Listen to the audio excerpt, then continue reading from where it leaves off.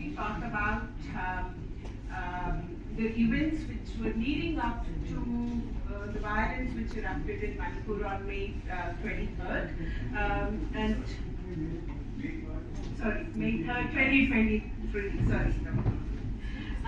While there is a common understanding that the violence erupted spontaneously following the order of the High Court on preservation on this giving status of scheduled tribes to the Meiteis, but our own analysis, and I was part of the team which traveled to Manipur, and based on the testimonies of the people in Manipur that we heard, we saw and we can see a very complex web of narratives which was pointing to the fact that far from being spontaneous act of communal violence, this was something which was building up systematically, and to which not only the communities but the state contributed generously. So there are 2-3 points I'd like to highlight about that, and the first one is that there was from February onwards, there was an eviction of villages from the villages, which was happening in the name of identifying infiltrators. And this became a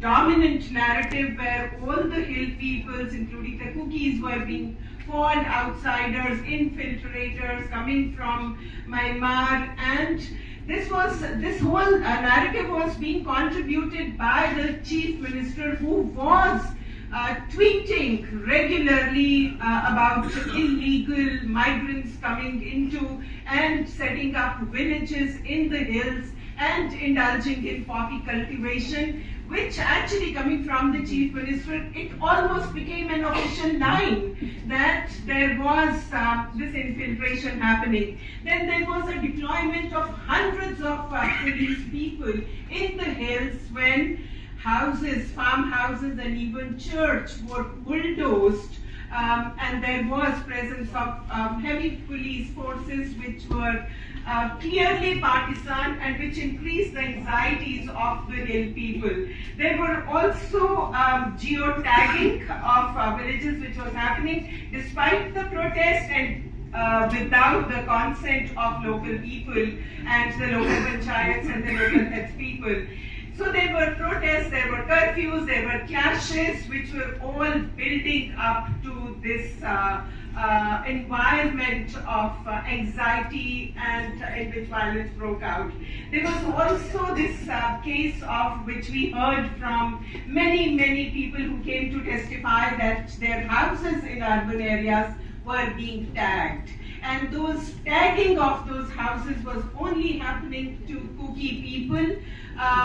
So this tagging was along ethnic lines where houses were marked, which lead us to believe that there was a build-up already happening and it was not spontaneous, because the houses were already marked, and when on third day violence broke out, it was very easy in the urban areas to see those Kuki houses.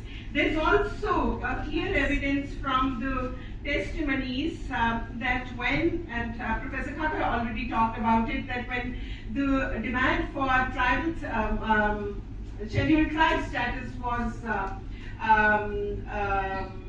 taken up, there was the Hill Area Committee, which was a constitutional body, was never made a party to this decision.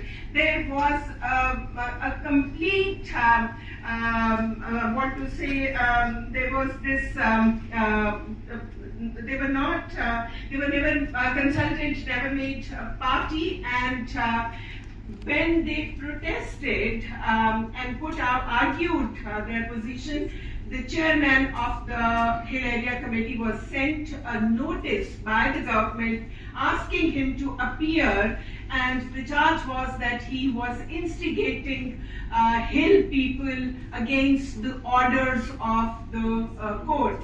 So this actually not only shows that how institutions were being undermined, but they were being hollowed out in this entire process.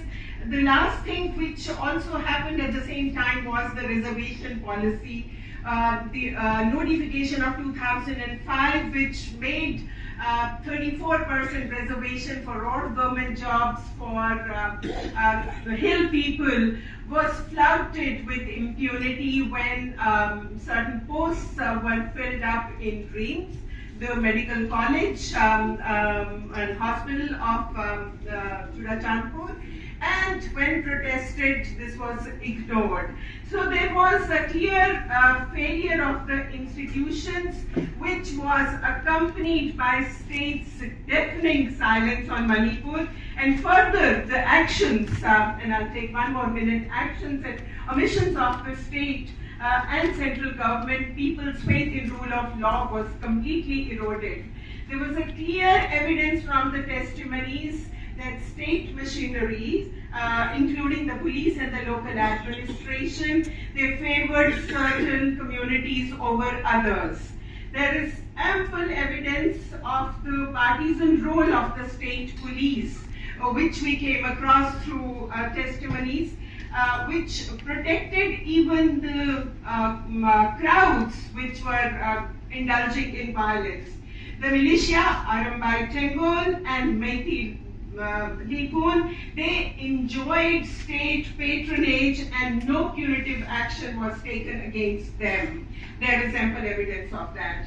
We also heard that 4,000, and it's now common knowledge that 4,000 firearms and large quantity of ammunition were looted from police armories in plain sight in two phases. One, following the 3rd May violence when it broke out, and when there were about 1,600 weapons were robbed, and in the second phase from May 27 and 28, just before Mr. Amit Shah, the Home Minister, traveled to Imphal, the second round of looting of around 2,500 arms happened. And when the appeal was made by the state administration for people to deposit the arms, not even 18% arms had been deposited back after 1 month of from the violence broke out. The arrests of radical group leaders were extremely limited when there was ample evidence of their leading the mobs or looting of weapons. Their arrest did not happen, and if it happened, they were let off very soon. The example is of Mr. Barish Sharma, who was Manipur Units, Bharatiya Janata Yuva Morcha, for example, who was an accused in arms transfer and other violent action. He was arrested only on October 22nd and was let off on bail on December 19th, despite all the evidence against him.